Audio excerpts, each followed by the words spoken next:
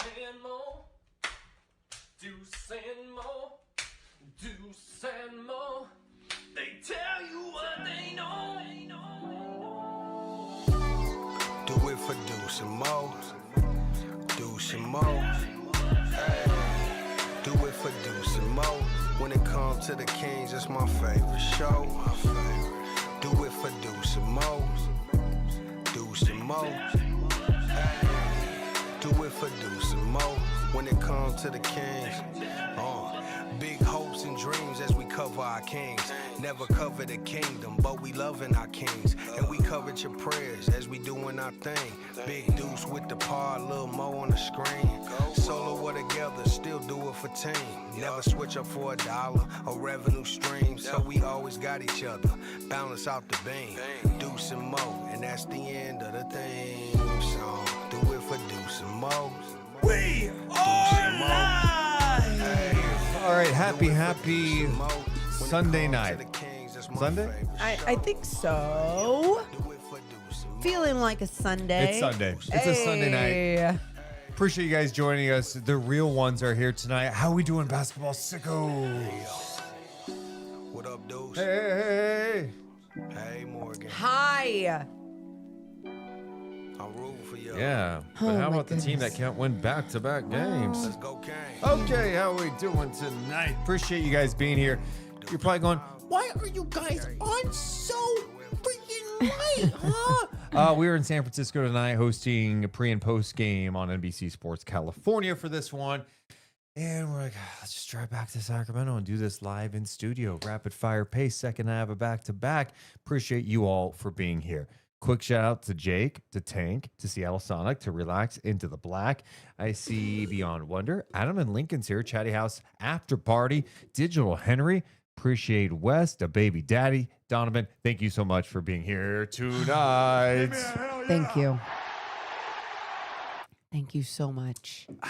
You basketball sickos. We're all sick in the head. And So, with that said, let's just dive in. All Dive. We are playing with pace tonight. Second, I have a back-to-back, a lot to go we're over. doing something that the Kings did not do tonight. Oh my God, don't get me started. Well, Deuce and Mo, we're coming down in 3, 2, 1. Hit my music. Deuce and Mo, Deuce and Mo, Deuce and Mo.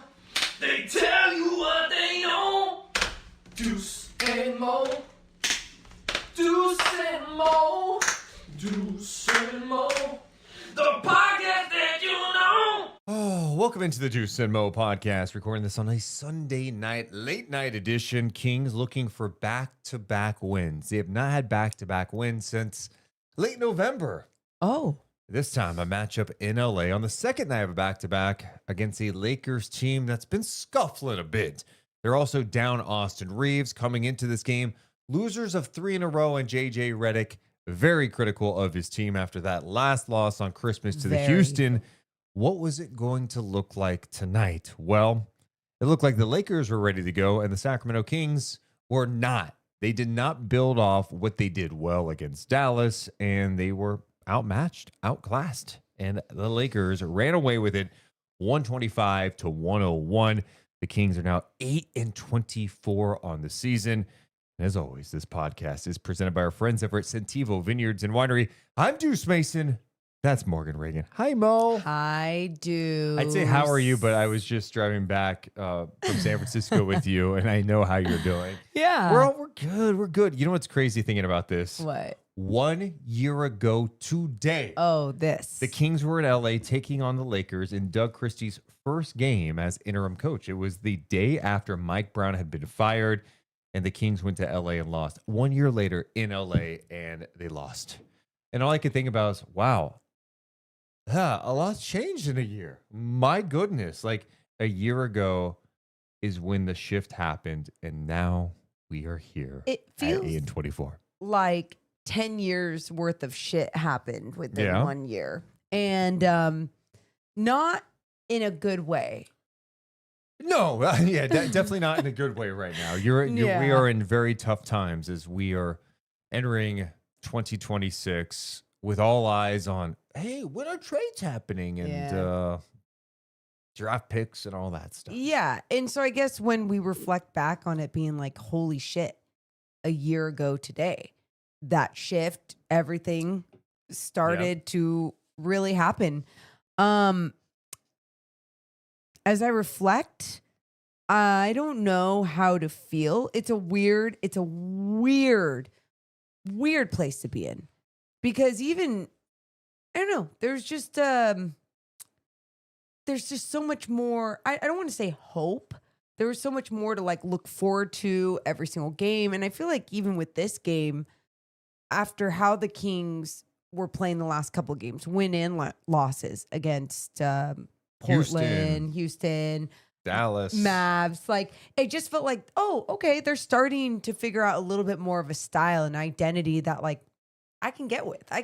Win or lose, I can get with this product.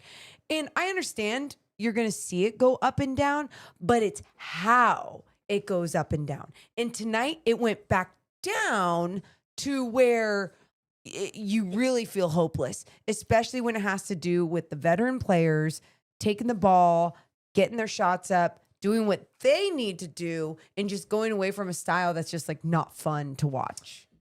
And I understand every game's going to have a different look to it, right? Teams are not going to defend you the same way. Yep.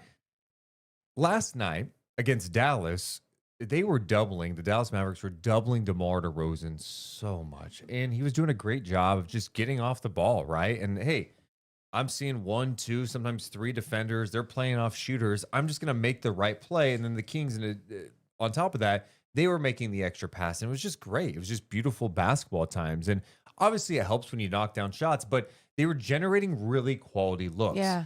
And so I was eager to see what it looked like tonight. I knew the Lakers were going to be ready to go. Okay. Like the Lakers, after losing 3 in a row, down Austin Reeves, JJ just ripped them. They've had some time to reflect since Christmas. They're refreshed, ready to go. And the Kings are on the schedule on the second night of a back-to-back. I knew the Lakers were going to be ready. I just go, God, the Kings, like they could have been more competitive. And that's where it's at. It's not about me being upset about, oh, I can't believe the Kings lost this game tonight. Well, come on, no shit. They're one of the worst teams in the league. But lately, the games have been far more entertaining to watch. Yep. More pleasing to literally watch with my eyes. Eyeballs, like it's like, oh wow, look at that extra pass. Oh my God, you shot threes. They shot 38 threes last night. They knocked down 17 of them. Yeah. The ball was whipping around. It was beautiful. The big difference tonight, I thought from the get-go, the Kings went into it going, all right, we're gonna attack the Lakers in isolation. And the guy we're gonna target is Luka Doncic. And they did that with DeMar DeRozan. DeMar and Russ were taking a lot of the shots, especially early in this game. The Lakers were not going to bring a double. They didn't bring a double on DeMar tonight. They were playing it straight up, and then they switch everything. And it seems like the Kings, with a switching offense, they don't know what to do. And there's several ways to attack it. One is what they did, which DeMar found some early success. But I think that just kind of played into the Lakers' hands. Teams know that DeMar DeRozan one-on-one is not going to beat them. He can go ahead and score 50 points. He takes all twos anyway. We can live with that. And I don't think the Kings did enough offensively to put pressure on the Lakers tonight to make them react to anything for a Lakers team that's been awful defensively lately. Yeah. Yeah. It was the game plan going into this one, it felt like it was, and I don't know what it was, but it just felt like it was Doug Christie being like, hey, Russ, hey, DeMar, you guys are the vets. Get yours when you need to. Do what you need to do. And instead of being like, all right, let's go back to where we saw success even in that last game. I get it. It's not apple for apples. You're not playing the Dallas Mavericks. You're playing the Los Angeles Lakers. Completely different team. But what can we control? Yeah. And what the Kings could have controlled was moving the ball around so much more. It wasn't even that it was like so much, oh, it's just sticking. There was just no desire to make an extra pass. There was no intent to drive with the purpose of kicking out and finding someone.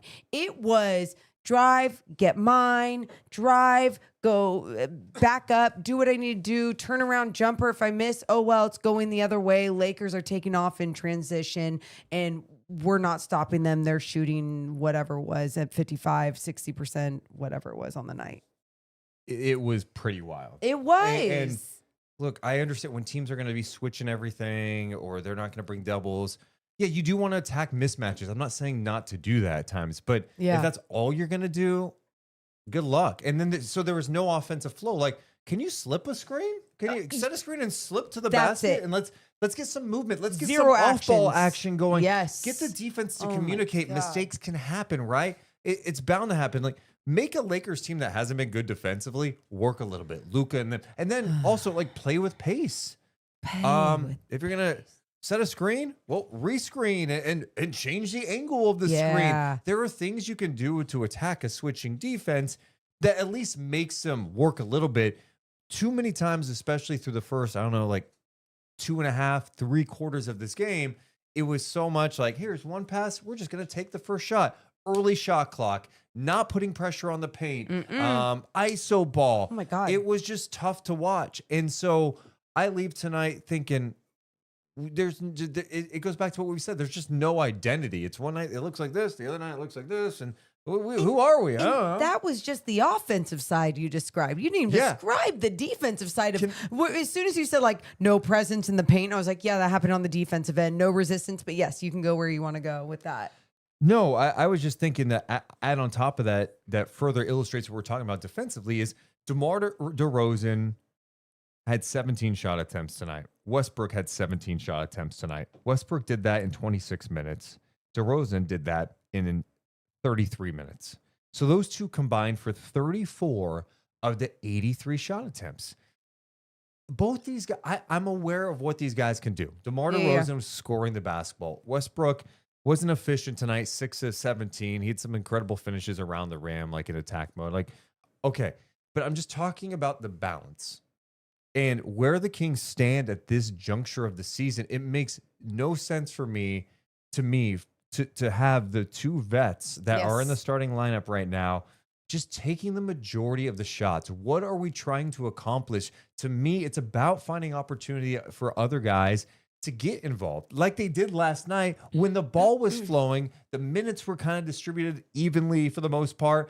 And the ball, like no one was taking 20 shots last night. No, and I want to address this comment because this has everything to do with what we're talking about. It was Brahim or something, but I don't know how to say it. Let's go on Bass. What's up, Bass? But Morgan, that's very idealistic. Idealistic. Sorry, it's moving. It had to be DeRozan and Westbrook to step up. The rest of the Kings players had no game whatsoever. And then he goes on and talks about Westbrook and DeRozan are ISO players. Yeah. So again, it goes back to everything that we're saying though. You've seen DeMar DeRozan play ISO. You've seen DeMar DeRozan also play team basketball. You've seen Russell Westbrook also do both those things. Yeah. And when you see them adjust and shift their game into more team basketball and not take over, better things happen. Now, you're probably going to challenge me with, well, haven't we seen DeMar just go off at the end of games and, have 20 points in 7 minutes or whatever it is? Absolutely. Those games can happen, sure. But when you're setting the tone in the beginning of the game saying, hey guys, it's all me, this is what I'm going to do, and not play in the flow of the game and not let the energy flow through the basketball and touch everyone's hands, but then you have to do the dirty work on the defensive end, you feel deflated. You feel like shit. That's not the right style of basketball. And we've seen these guys play the right style of basketball. So no, they're not just ISO players. Yeah. They can play it the right way. And I think DeMar does a really good job of taking what the defense gives him. And last night against Dallas was a good example of that. The defense was giving him they were loading up on him when he had the ball and they were playing off shooters. So he was finding guys. And like I said, they were making the extra passes. The ball movement was beautiful. Well, tonight he sees Luka on him. He's like, I'm gonna go at him. Like, I don't think it's a wrong basketball decision, but I also think the Kings could have played faster in the half court. Like everything felt like it was slow. Like they would get into the front court and then it would be like one pass shot. And there were opportunities, like we were talking about some of the plays early in the third quarter where DeMar had an ISO opportunity on Rui, and the defense at this point was actually kind of shading toward him. Yeah. Keon was on the opposite angle, left angle, right? And Luka was his defender. And Luka was like at the In the elbow, like in the paint at the elbow, Sure. kind of shading toward DeMar. And I'm like, man, DeMar could just fire it to Keon right now. One more pass. Luka is going to have to make a decision. He's going to have to try to close out. He's not going to make it. Okay, might not make it. But my point is, if he does, Keon Can pump also fake, put the ball on the attack the floor. closeout. Then the defense is helping. Yes. And then you're in rotation. The ball's moving around. So that's my point is that extra pass matters. Of course, DeMar DeRozan, ISO, 7 seconds on the shot clock, can hit a jumper over Rui. He's done it, but it goes to a lot of the stuff that we've talked about before. Good shots. Can you pass up good shots for great shots?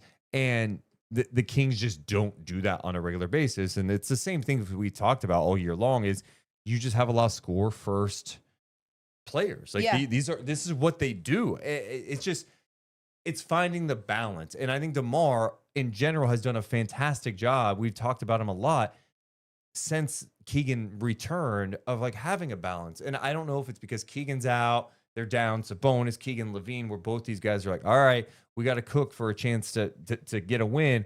But my point I would say is like, no, you could still like cook, but it would probably benefit you and the team if the ball just moved more and the shot distribution was a little better. And we've seen lots of games this season, surprisingly. I know, even though if you don't believe that they don't have the passing ability, they do, because we've seen a lot of games. It's happened with recently, 30 honestly. plus assists Yeah. in how many different games for the Sacramento Kings. That means the ball is moving. Yeah. That means they do know how to move the basketball and play the right way. But when they go away from it, it wasn't even so much the Lakers defense is making them work and, oh man, they can't get a pass off. No, you do go back to the fundamentals. Fake a pass and make a pass. Get the defense to collapse and pass it out. And we went over so many of these things in post game, showing these exact plays of where they could have made the extra pass instead of going ISO. Yeah, there was a funny comment here I wanted to read. Where was it? It's late, so I think our eyes are just slow. Dude, my here eyes you go. hurt. Oh, Banta says, I thought my stream was slow because of how slow the Kings were moving out there. Yeah, it just wasn't a fast style of play. Carlin keeps grabbing my mouse, by the way. He's on one right now. Come here, buddy. Come here. I got it. All right. What's up, buddy? I know. You're frustrated. The Kings are frustrating. There you go. He said, hey, Deuce, who's faster? Me with 2.5 legs or the Kings up and down the floor? You Ew. just need some dad kisses. That's not you. Okay. Are you serious? Well, you're a good boy.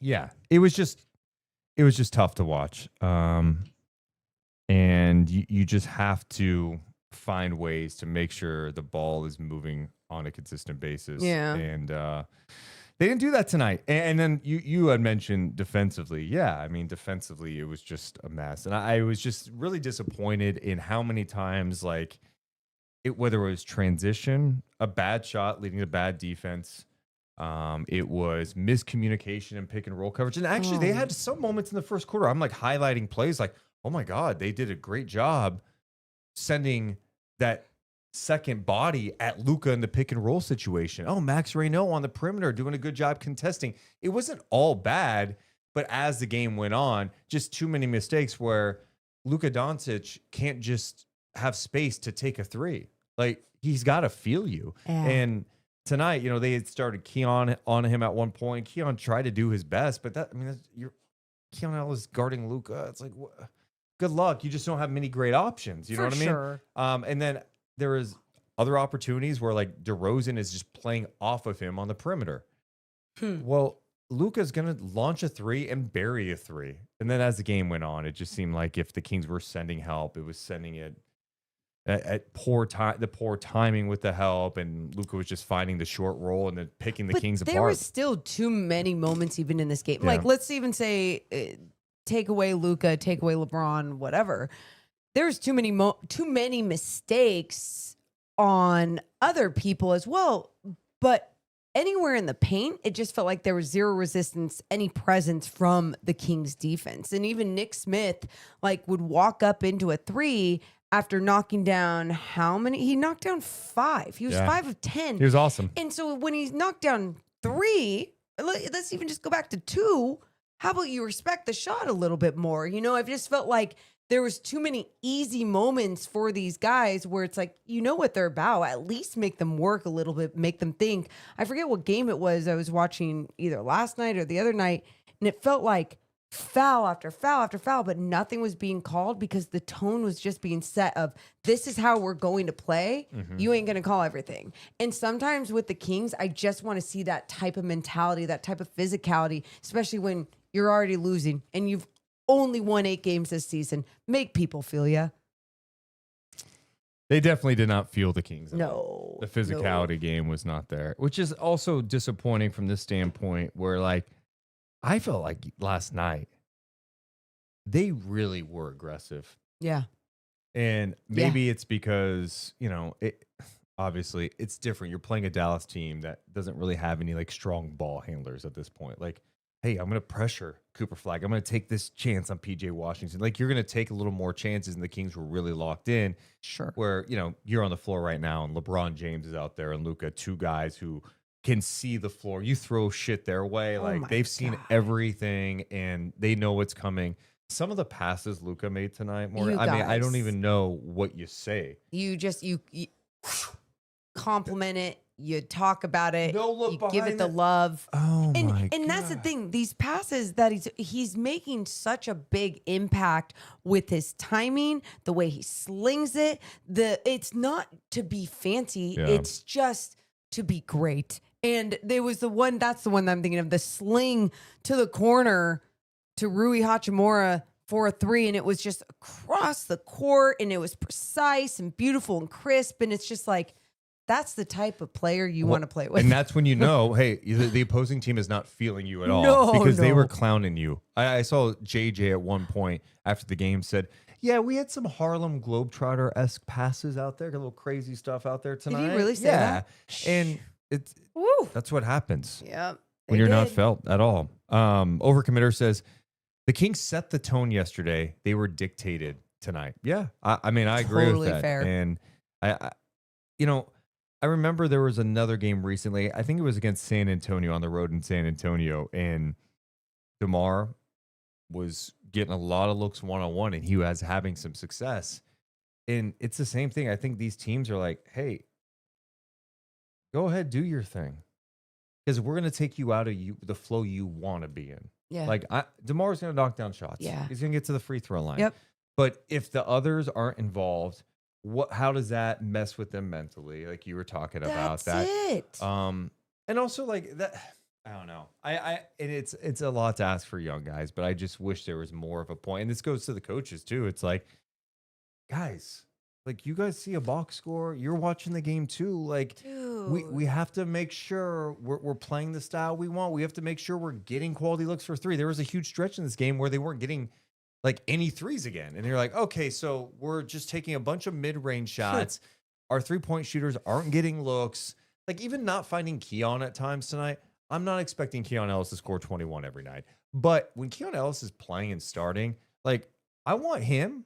He needs to be getting 5-6 3-point attempts. Yeah. Right? When Doug McDermott is getting any minutes, he better be out there getting opportunities to knock down shots. One time he was found in the corner. I don't even know what Doug finished with in the game. Let's see. Doug McDermott, he ended up taking 4 threes. I think some of those were late, but one of his first ones, because Malik Monk was attacking baseline and fired a bullet to the corner, got him a look. He missed the shot, but I'm like, these are the things we're missing. And I felt like the times the ball moved tonight was more in the later stages of this game when the bench was in. And, that's just not good enough. So that's really, it's a fundamental thing for Doug as you look, Doug Christie, as he looks at where this team's at 8-24, and it's like, we have to have a balance. And my fear is like, what's this look like when Levine comes back? Oh. Like Keegan's coming back too. Like, and It's a rational fear. And it's truly, I don't want to think about it because it sucks right now. Like you look at the minute distribution last night and we were so happy to see what we saw. And it's not because Keon played the most minutes, 32 minutes, but it was how the minutes were distributed to the starters and the trust to everyone. It was like, yes, this is how you just need to play going forward. It's not even about winning. It's just playing the right way. And tonight reverting back to even putting Russ and DeMar in when it was like a 30-point whatever That's what I was game. going to say. I did feel like the minutes were better. I mean, they're kind of similar. Like, DeMar ends up playing 33 tonight. Last night, he played 28. But 33 is still on the lower end for him. Sure. And then Russ played 26. So you did see more balance. But the point you're making is dead on. 6:30 to go in this game. And it's 110-90. Excuse me. Rewind. Sorry. 7:50 to go in this game. Okay. 110-88. The Lakers are on top. And Russ and DeMar are checking in. Why? What? It's 110-88. You're on the second night of a back-to-back. Like, let Keon be out there. Yeah. Let Doug McDermott be out. Just figure it out. Devin Carter was not available. Otherwise, I'd say put Devin Carter in there. So, No, that's anyway. fair. It's fair. That's a great point. I need to make sure to really look at the minutes, like, because that's so true. It's just that point I remember happening in the fourth quarter, and that was just triggering to me. And then to also see Keon at 19 minutes and then enter the game with 3 minutes left in this blowout. I don't know. There's just these moments I want to see for these young guys where I want to see them fight through. I don't want to see DeMar and Russ always like have to be the ones to be like, all right, everyone get on my back. Like, let's see what we can do. It's like, let some of the other guys learn in these moments as well, especially in a year like this. Well, it's not going to get any easier because the Kings stay in LA and they take on a Clippers team that's all of a sudden red hot. We're going to talk about that in a bit here. From a Lakers perspective, man, LeBron. Oh my God. Dude. I think 40. honestly, LeBron might get the J Street Dental moment of the game today. Whoa. Oh, I know it's early. I'm dropping this, but I love it. this was probably one of the plays that was so frustrating in this game. I think it was Raynaud at the free throw line. And LeBron is on the opposite side of the court near the Lakers bench chilling. Okay. Free throw happens. Outlet to LeBron. DeMar sees it's like, oh shit. LeBron's back there? DeMar was late. And then LeBron has a nasty reverse jam. By the way, LeBron James, his final game as a 40-year-old, he will be turning 41 on December 30th when the Lakers play the Pistons. But he has that nasty reverse jam at 40 years old. And I'm like, how does that happen? How do we go, where's LeBron? That's LeBron James. LeBron James is in the corner on the opposite side, and we're just like letting him chill down there? Just talk to his teammates. That can't happen. I mean, you need to know where LeBron James is at all times. Once he is in the arena, you need to have eyes on him. When he's walking through that tunnel getting pictures, I'm having eyes on him. I need to know where LeBron James is. So when he's on a basketball court playing a basketball game, I don't need to see LeBron James get anything as easy as he got in that situation. But with that said, I was just blown away. That was one of those moments you're like, oh, shit. Yeah. And then you really put it in perspective and you go, oh, this guy is turning 41. And that is absolutely our J Street Dental moment of the game. Enriching lives and enhancing smiles. Head to jstreetdentalgroup.com. You can also check out their sister office, Sacramento River Dental. You can do it all before the new year. Going into the new year, check them out. They worked on our smiles. They can work on yours. Maybe make you smile a little more through this King season, huh? My God. Other cool moment. How much shit Dennis Schroeder and Luka were talking to each other. Did he say I want to beat the shit I out don't of know you? if that was real. Okay. Don't be careful with these. Okay. Sorry. No, then I looked at I was trying to read his lips. I know you're doing the same thing I did last night with the Spurs thing. Oh, the other shit. night. Sorry. So, okay. Yeah, but What if either you way, just they said, were I love you. They were talking a lot of smack, and that was fun. Knock it off. No, I love this shit talking. I don't know what Luka did to Schroeder, but I was like, Schroeder, And then don't Schroeder stop. bumped him at one point, like Yeah. hard fouls. Like, Love it. Love the competitive fire. Since the Kings lost, we do take out an old moment. Oh, moment jar. no. Dude, Carlin, you just need to chill, bro. We already picked that one I already up. picked that one. Damn. Man, it was so fun last night not having to pick a moment. I mean, I love going through the moments, but... Oh, here we go. We go back to December 11th, Okay. 2023. The Kings beat the Nets 131-118. They hit a franchise record 25 threes. Harry Giles returned in that game with the Nets. Oh yeah. And did the little heart thing. Oh yeah. Did you write that down? I did. I put Aw. Harry Giles heart. Malik Dunk, hammer jam from Keon Ellis. 360 spin. Sick, dude. What a night. Franchise record 25 threes. Harry Giles returned to play the Kings. Very cute. Oh, that's a cute, That's a cute one. Huh? heartwarming moment. I like are it. back in hell.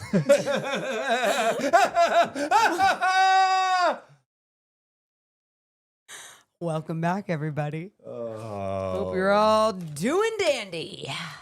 We've got more thoughts on this game, looking ahead to a couple of NBA topics too, but we want to mention that this podcast is presented by our friends over at Sentivo Vineyards and Winery. If you have not tried Sentivo wine, What are you doing? what are you doing? Yeah, going into the new year, you know you want to know about the best. It's family owned, they're local, they're all Kings fans, they're amazing people, but they make even better wine. You can get your bottles at sentivovineyards.com, or you can go to this beautiful tasting room that we've been a couple of times. It's in Sassoon Valley, right around the Fairfield area. It's absolutely stunning. You can get bottles there. I just keep telling everybody, it's like, if you want to give a special gift, make sure to go to sentivovineyards.com. You can thank me later. Also presented by our friends over at Medic Ambulance. Woo, woo. Medic Ambulance has set the standard in emergency medical services for over 45 years now. From life-saving responses to being the team behind the scenes of your favorite events, Medic is here to serve. Learn more at medicambulance.net. Appreciate their support of the Deuce and Mo podcast. Are we going to come to an agreement on the Butcher and Barrel player of the game for tonight? Here are the candidates. Okay. Luka Doncic, Okay.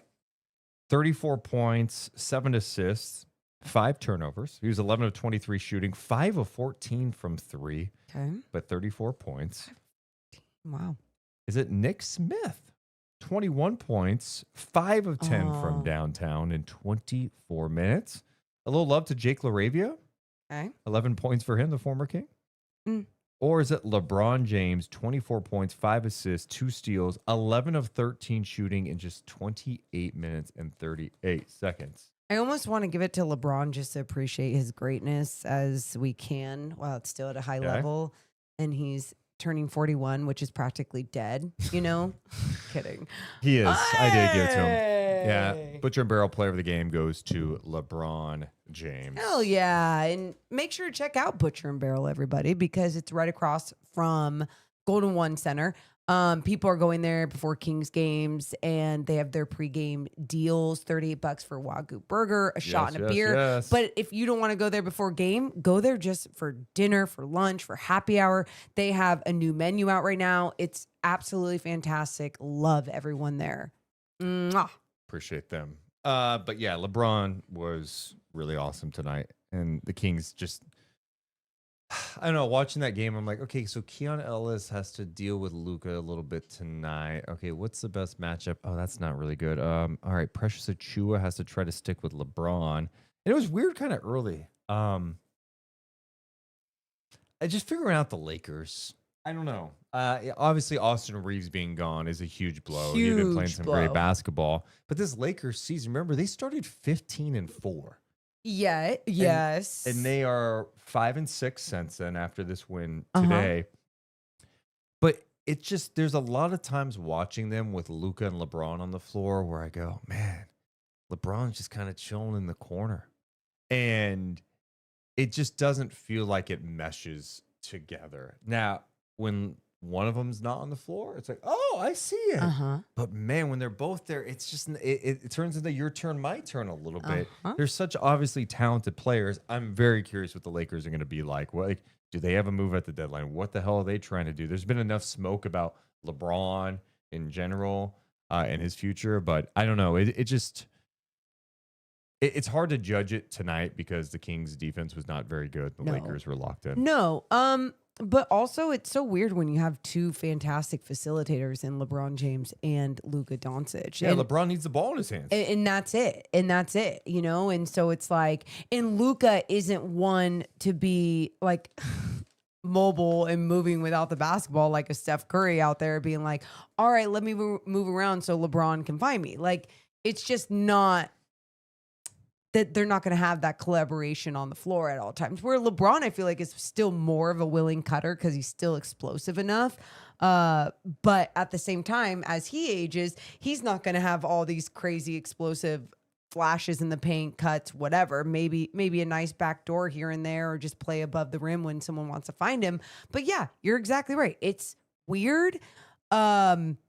In some ways, I think people around the league might be like, they're two good players. Of course they'll figure it out. I don't agree with that. And I think especially when you're seeing where the NBA is trending more and more finally, which I love and agree with, is seeing how important it is to have depth, a team that can work together and not just the names. Shout out to all the basketball sickos joining us late, by the way. For real, you Appreciate you guys. Hit the thumbs up and subscribe. What's up, Christy? Saying hi, Deuce and Mo. Cheers. Fangirl says, how was Nique guarding LeBron, though? Let's talk about Nique in general tonight, the young guys, Nique and Max. Well, one thing, Nique tried to take a charge from LeBron. Didn't really get in a good position, but the fact that you were like, hey, I'm going to try to take this hit from LeBron coming downhill. Oh, good luck. He's not afraid. No fear. Starting with Nique, I think defensively, I've been really impressed with him. Yeah.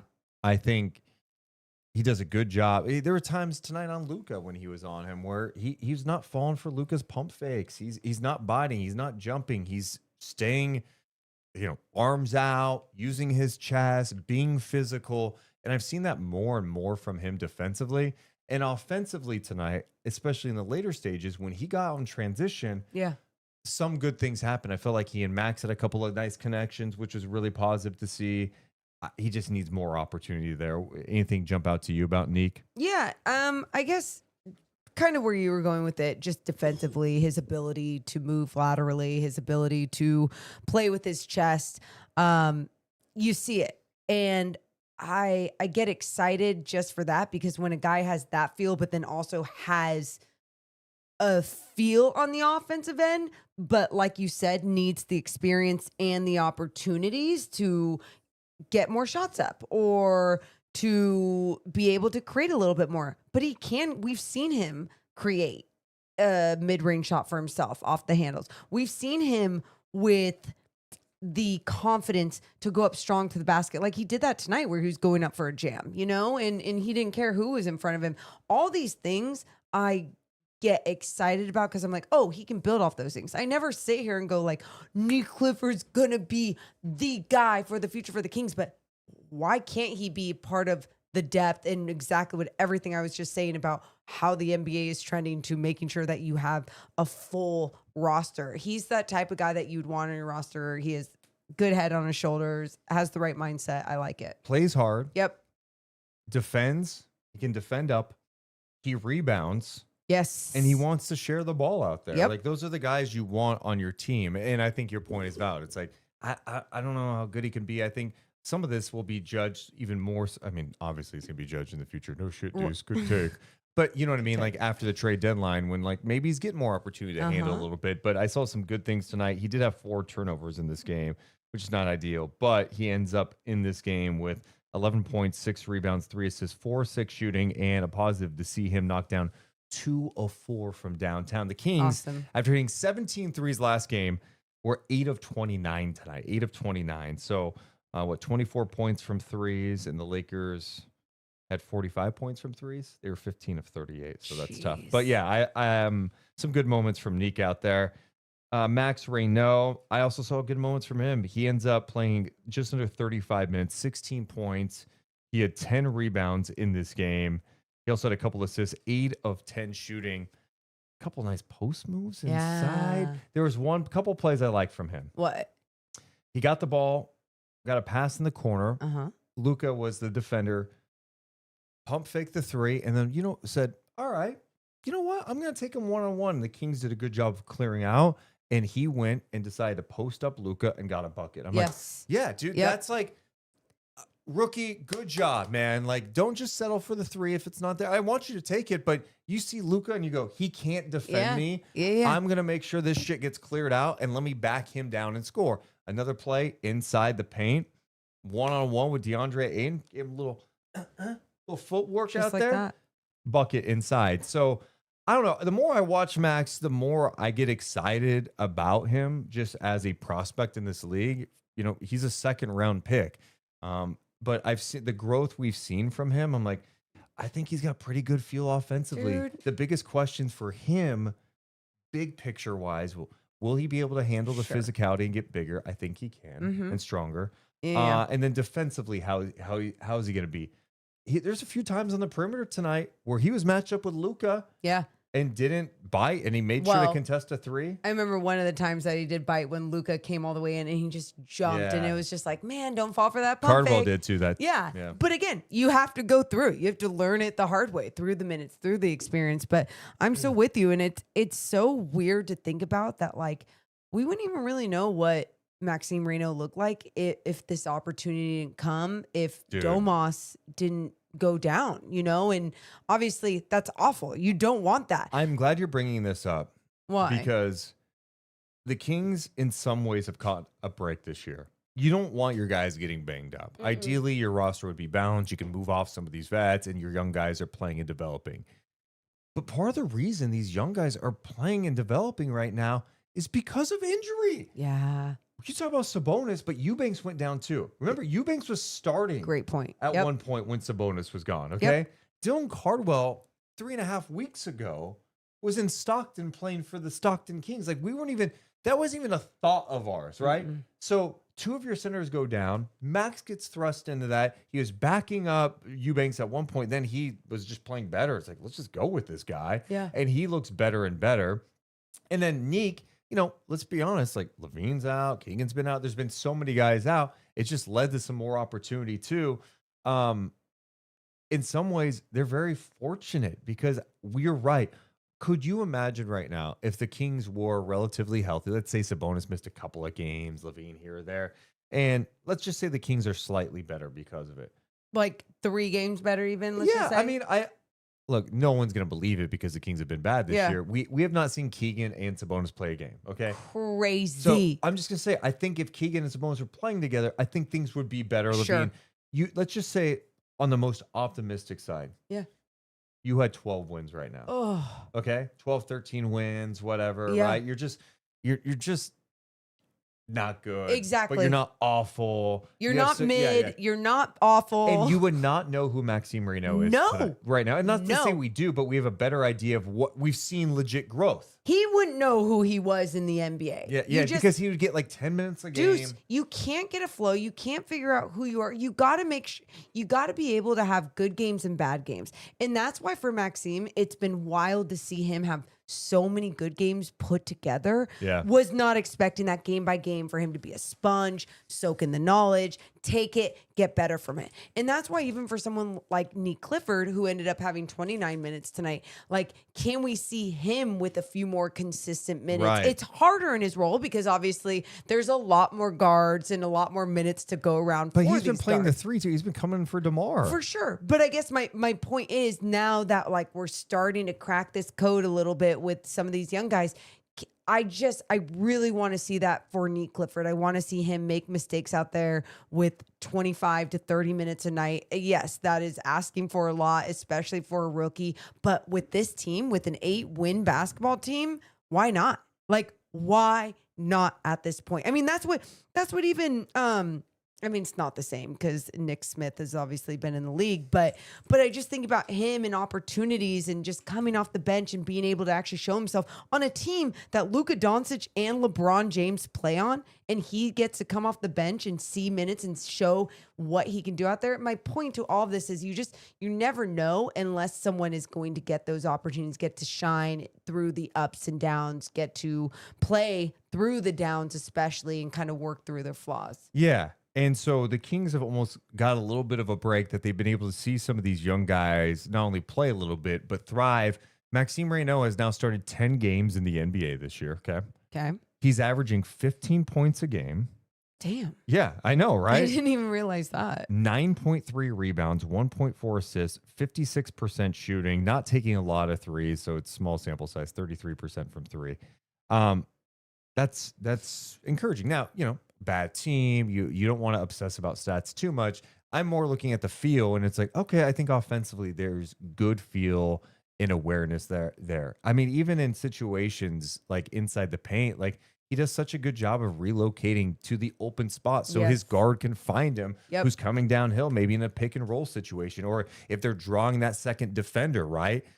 And he just gets into that right spot and he gets a lot of great looks because of it. It also helps when you have someone like Russ who is really good at finding him. They do so well together. I think I'm giving a lot of credit to Max to making sure he is in the right spot for the guard to find him. Sure.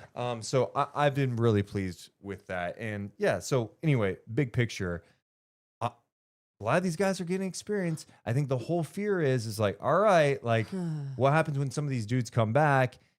You know, you got to be careful here because now it's like, you want to develop. You're not a good team. You're 8-24, and you also want to have good odds come lottery night. Yeah, and no, I mean, again, you got to go back to Mavs had the number 1 pick. They made a play-in game, right? Yeah. Or I mean, they were in the play-in. So it's like, yes, the Kings are going to be bad enough. Yeah, like let's be real. The worst thing would be right now is if they were relatively healthy. Like I said, let's say they had 12, 13 wins. Let's say if they had 12 wins right now, they would be a half game out of the 10th spot in the play-in. And that's where Utah is right now at 12 and 19. You're in the play-in mix. Yeah. And when you're there, it's just close enough. Right now, Sacramento is 5 games out of the 10th spot, which is like, it's not only 5 games. There's 1, 2, 3, you know, there's multiple teams ahead of them. Right now, the Kings have the second worst record in the Western Conference. The Pelicans are last right now. Who they played competitive basketball, but a couple of tough losses for them the last 3 games or so. Yeah. Yep. Anyway. Yep. Good chat. I know. Like this. No, it's what's been I think the most fun about this season with you, especially. It's like we've had a lot of NBC post games together. We get it's sometimes so quick. It's so you're reacting pretty quick, live, boom, here you go. This is what you're talking about, whatever. And then always when we come back on the podcast, I enjoy processing and reflecting. Never to look for positives, but that's what's been wild. I swear there have been losses in some of these other seasons where I feel like the world is crumbling and coming down. Yes. And it just doesn't, I don't even have fun talking about it sometimes, whatever. This year, even after like losses, like I sometimes go, oh, I don't really have a lot of good things to talk about. I always end up finding some good things with you to discuss, and there's even good during the bad. It's just it's always encouraging, and that's why sports are fun, and I'm just so lucky and glad that we get to do this. Is that your final thought? Because I had some other stuff to get to. No, I was just saying it. My goodness. Why can't I reflect and appreciate? Thank you. We love you too in the chat. Who was that? First Last says, I effing love Deuce and Mo. Oh, you guys. And I've seen some other compliments. Thank you guys. And thank you for just being here with us. Seriously. So next up for the Sacramento Kings, they're staying in LA. Oh, they play the Clippers coming up on Tuesday. Warning. Oh. It's an 8 p.m. tip-off. Oh, God. That game was supposed to be on NBC Peacock, I think. It got pulled. Supposed to be on the cock, and they pulled that game. Why? Well, they're not going to put the Clippers and Kings on that. Why would they? But the Clippers are slowly turning it around. Yeah, they have won 4 in a row. They beat the Pistons tonight, 112-99. The Pistons. Ooh, interesting. Oh. On the struggle bus a little bit, right? They lost to the Jazz the other night. What's their 24-8 now? 24-8 now. Okay. Yeah, but I know the West has been a little more challenging for them. For sure. Anyway, the Clippers won tonight. They've won 4 in a row. They're now 10-21. And they're trying to win. Ty Lewis said, like, we believe we can turn this around if we can go put this, string together a really competitive record down the home stretch, get into the play-in, and all of a sudden it's anybody's game. They believe they've got the talent. It's interesting they're winning. Zubats is banged up. He's hurt. So Lopez has been in the starting lineup. He's had some good moments. But tonight against Detroit, Kawhi Leonard, 55 points, 11 rebounds, 5 steals, 3 blocks in the game. He was 17 of 26 shooting, missed 1 free throw, 16 of 17. He also knocked down 5 of 10 from 3. So Kawhi Leonard and the Clippers are figuring it out, maybe, huh? Yeah, strong game from him. Obviously an aggressive game from him, but I need to, like, obviously we're watching a Kings game tonight, so I didn't get to watch this game. I'm very curious what else is clicking for them out there, especially against a competitive team like the Detroit Pistons. Although they've had their ups and downs as of late, I still want to see more. I believe what Ty Lue said. I think they have a good enough roster, and we've seen what they're capable of with their length and strength, especially in the preseason when you and I are talking about this team going up against the Kings and going, holy shit, they're going to take over the West. And then they ended up just really not looking like the same team that they looked like in the preseason. So, yeah, we'll see if they can keep just climbing up and getting those wins. Their win streak includes the Lakers, Houston, at Portland, and now Detroit, with Sacramento and Utah on deck. And, they're looking at the next 2 games as like, this is a really good opportunity for us to figure it out, to get these dubs, to play hard. Yeah. And it's another, team, the Clippers, they switch a lot. They can play physical defense when they're locked in. And then, when Kawhi is playing at the level he played tonight, like, good fucking luck. You know My what I mean? God. Yeah. Yeah. And with no Keegan out there. And I say that because it's just, I mean, we look at the star power that was in tonight's game, and it was like, who was going to get something done? It's just hard. Yeah. Difficult matchup, but it'll be fun to see Kawhi. One other note before we wrap things up. Yeah. I could not believe that you had a slight issue with the Giannis dunk last night in that Chicago-Milwaukee game. No, I didn't. You didn't? It sure seemed like you did. You were defending why the Bulls would be upset about it. Oh, I see what you're saying. I thought you were making a joke. Yeah, no. Wait. For those who don't know, the game was decided. It was like 110-103. The Bucks had the ball. They could just dribble out and make, we won the game. It was at the United Center. Instead, Giannis decided he had a windmill jam. And then after, there's a big brouhaha at midcourt. After the game, Vucevic is like, yeah, he's probably just upset that, the Bulls didn't want to trade for him. It's like, okay, relax. First of all, they would trade for him in a second if they could. But I get so sick of these unwritten rules. Like, who cares if Giannis dunked the ball at the end of the game? Couple things. Loved what he tweeted out afterward, too, because it was truly like a Real Housewives tagline, the one that they say in the beginning of the show. It's beautiful. Deuce will show that in just a second. Oh, yes, please. I ain't no painter, but you get the picture. Snaps, snaps, snaps, snaps. And what a beautiful photo, too. It's not so much like I have a problem with him doing it. I just don't have a problem with the Bulls having a problem with it. That's my thing. It's like, I have no issue with them being like, hey, F you, we have a problem with that. You just being petty and throwing this in our face. I have no problem with them sticking up for themselves. That's where I was going with it. And so that's where with Giannis's dunk, like, I don't always love that shit, but I kind of do, because then it does kind of stir things up and it's a little dramatic. But I just have no problem with the Bulls going after him. Here's my thing. Like, no one punched him in the face. It's just funny because we take the game so serious sometimes. It's a child's game. It's there for entertainment. Did those 2 points, is it really that disrespectful? Guy was having fun. He just won a game. Let him windmill jam for the people in the crowd. But you don't have a, but why do you have a problem with the Bulls players even going up there? Getting worked up and mad about it? Like, be mad at yourself for losing a game again. And you guys are off to this great start, and now you've been struggling. Like, sorry, you lost the game. They did. Fine, take away those 2 points. You still lost the game. It doesn't matter. It's not even a sign of disrespect. It's like you're trying to jam it in the face. You're trying to like put salt on the wound. And guess what? If that's what you're doing, then we're also going to come up to you and confront you about that. And I just have no problem with that part of it. Yeah. But guess what? Sensitive people. Guess what? If I could dunk like that at the end of the game, I'm dunking like that at the end of the game. And then flipping everyone off and walking off the court. That was court. my thing. The way he landed was kind of weird, too. And I'm like, you just came back from injury. I don't know if I want you doing that. That's what I was thinking. Dude, if he got hurt on that, that would be like karma. Sports karma to the max. Ricky says, you got to play to the end of the game.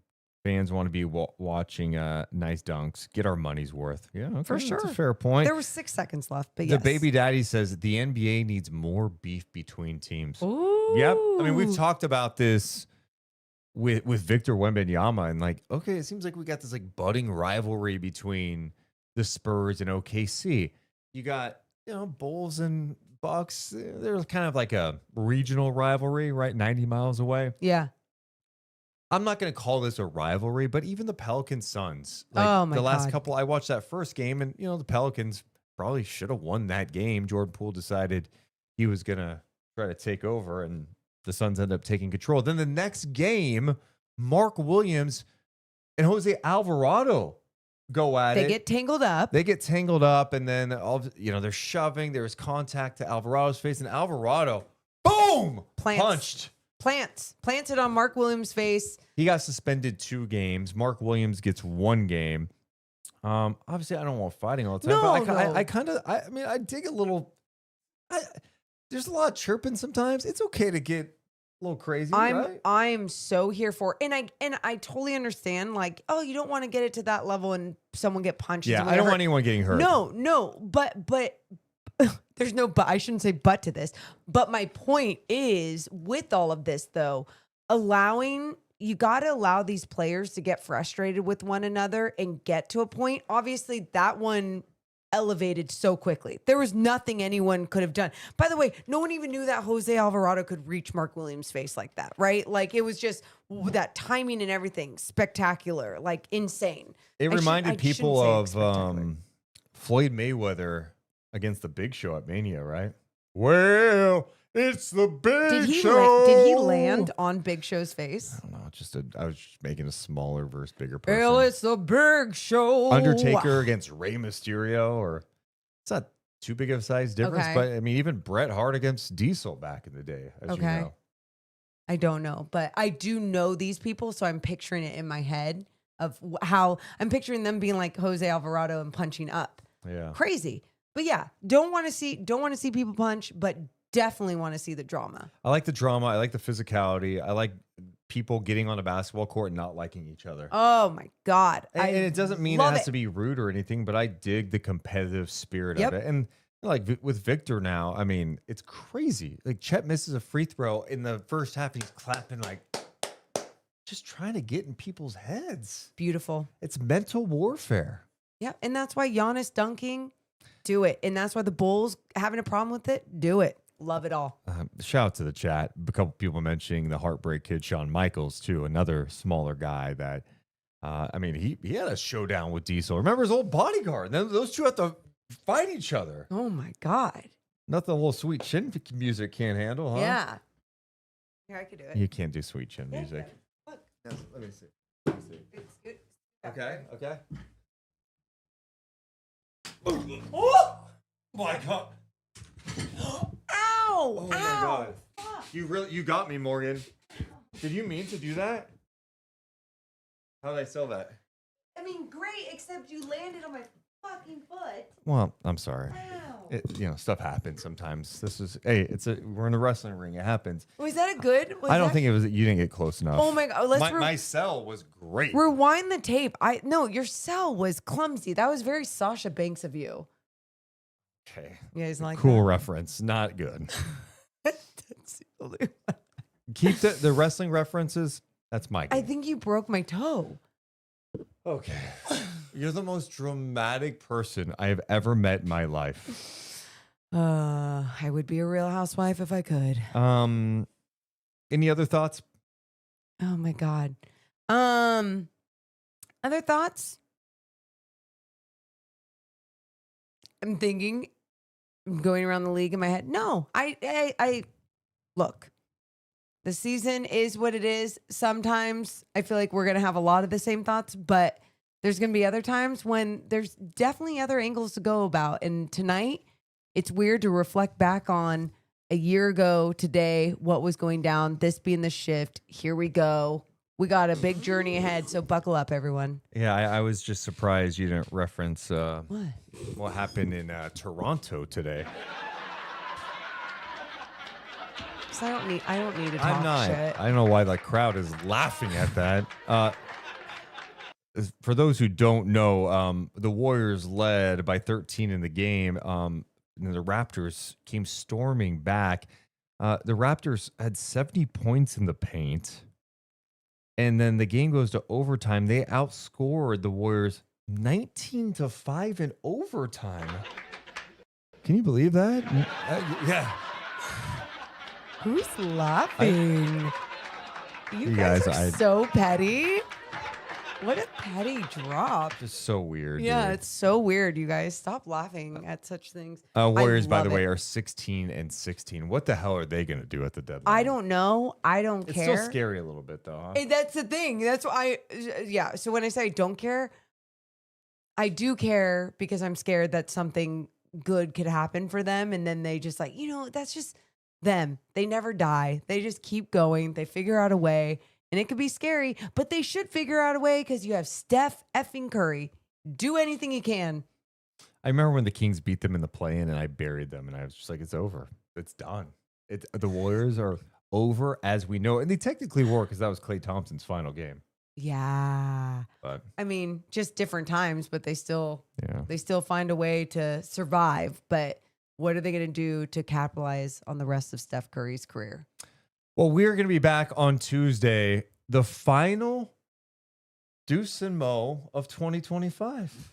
That means it's our New Year's Eve spectacular. Ooh. We might be on technically New Year's Eve morning because of how late that game is, an 8 p.m. tip-off. And we're going to come back here and do the pod? We'll think about that. We'll huddle. It's probably going to be a late night podcast after Kings Clippers. We'll have some fun and reflect back on the last year. So if you want to celebrate New Year's Eve on New Year's Eve, then join us Tuesday night super late.